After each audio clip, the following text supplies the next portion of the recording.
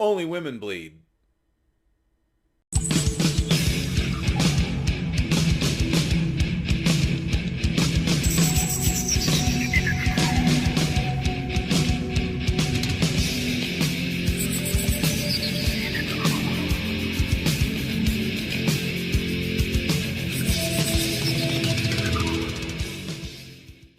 Hey everybody, it's Drewski McGillicuddy, and the time has come for me to move on to the next one, and which is Batman v Superman: Dawn of Justice from like 2015. I don't know, I couldn't be bothered to look it up, but you know what it is.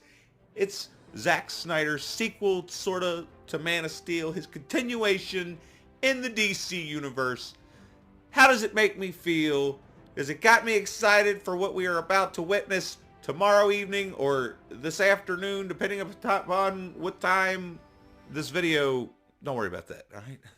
Worry about the fact that I'm going to sit there and I'm going to tell you about my initial theater experience with Batman v Superman. Because I went and saw it with my buddy Chad. You remember Chad? That guy? Anyway, so we had went to the theater. And the whole time we were watching this 2.5-hour movie, there's this big old fat guy.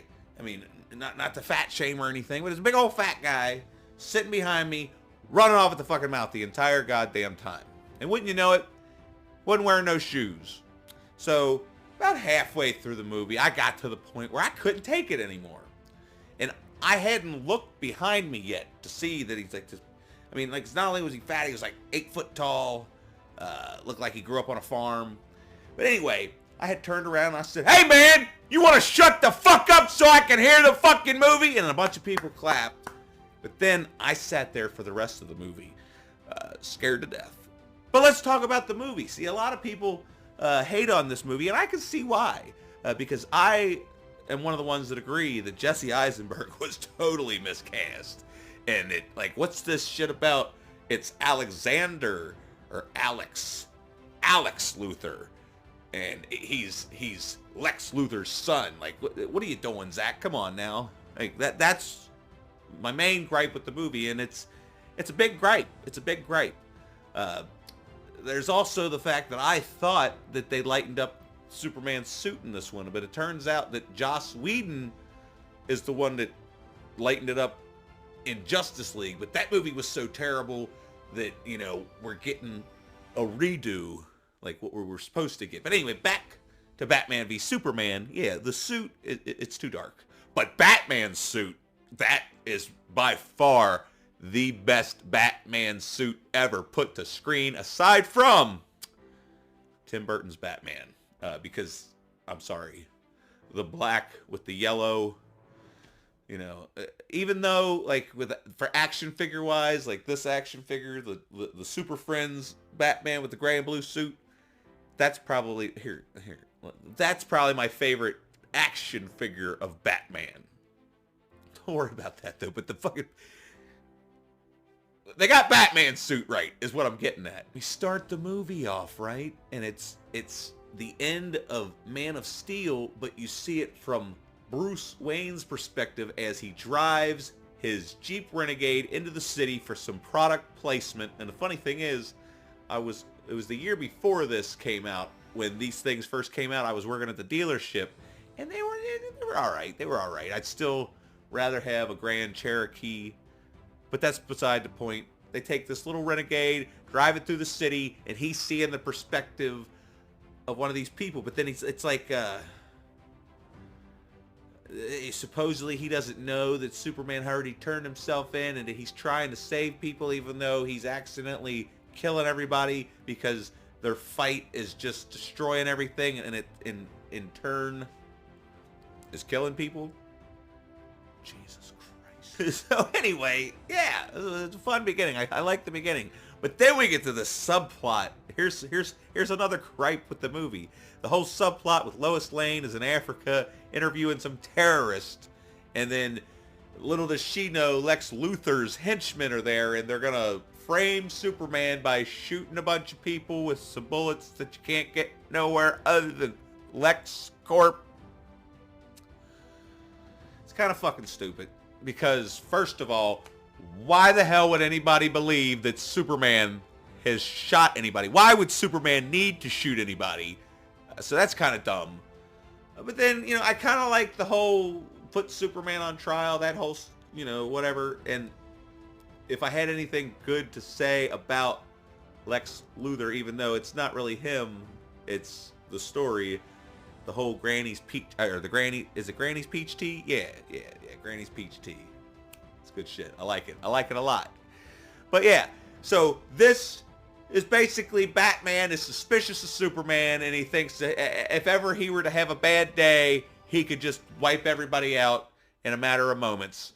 So if he, you know, could be slightly taken as an enemy, we have to slightly take the chance as an absolute or something like that. I don't know. I wasn't paying attention. 3-hour movie. You think I could just focus the entire time? But anyway, then all of a sudden there's Wonder Woman. They all go to Lex Luthor's house for a party, and they're all there at the same time. Bruce Wayne's trying to, you know, get the skinny on what Lex is up to, but so is Wonder Woman. Point of the story is, it's funny because people complain that, you know, the fight in this movie, we'll get to the fight, but the fight's so short.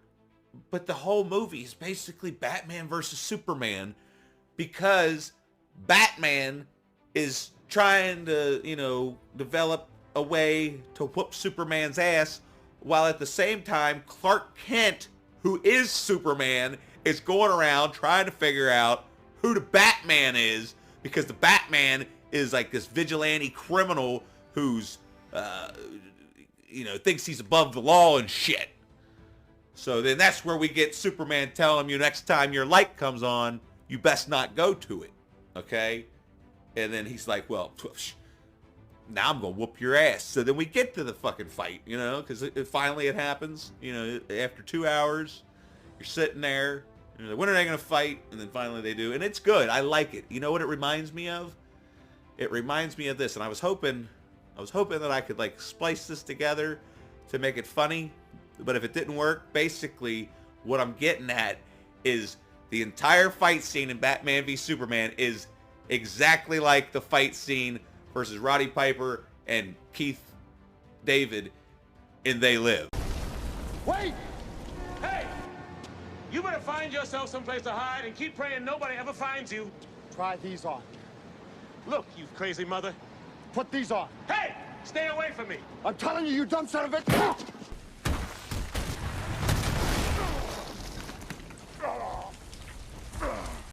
The whole thing, because, you know, Superman comes down and he tries to say, hey man, I just need to tell you that I'm trying to save and then all of a sudden, here, you know, all these booby traps go off, and he never gets a word in edgewise to say, hey, we need to save Martha. And a lot of people have a problem with that. And you know what their real problem is? That they're ignorant and they never realized that Batman and Superman's mothers had the same name. Yeah, they gotta save Martha. So now they're best friends. And see, now, it's like if you were gonna make a 3-hour movie, don't you think you could have cut some of the shit short and then made this scene kind of linger? Or like, have it not just go from straight up, I'ma kill you with Save Martha. The what? What? Your mama named Martha too? Now we best friends. I'm gonna go whoop dude's ass, and I ain't gonna let him kill your mama. And then it leads to the greatest scene with Batman ever put to screen, until we get this new one where he is vengeance. This is what the fuck I'm talking about. Can you see it? Anyway, you get the fucking point. And then there's the whole subplot with Lex Luthor trying to get Zod's DNA and put it with some thing from Krypton that need not come back to wherever they were when they were doing stuff. Anyway, Lex Luthor's over there inventing Doomsday, and Doomsday just looks like absolute shit. Like, he looks like a turd with arms and eyes. Look at him. Are you seeing it? Are you seeing it? So, like, I can understand why people have problems with this movie. I have problems with this movie.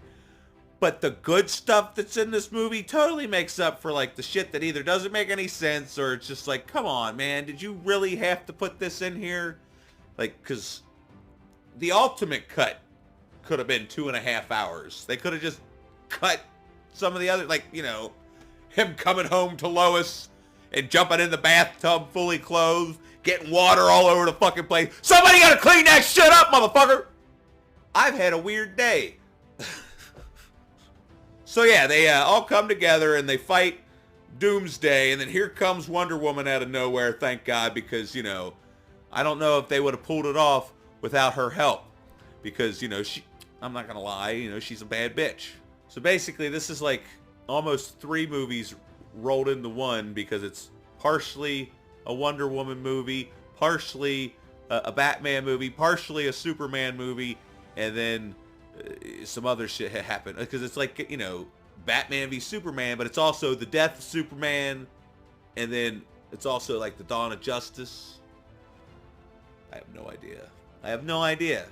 But I don't want this review to last as long as the movie did, so I'm going to go ahead and I'm going to say it's about a 76%. Is it over here? I don't know anymore, everybody. But that's my score, okay? Alright, everybody. Hopefully you've enjoyed that. If you did, please be sure to click all these buttons right here. And then if you're feeling generous and you want to help me get better at this, go over to here, the patreon.com/DrewskiMcGillicuddy, and I'd greatly appreciate it. Now, if you would kindly get the fuck out.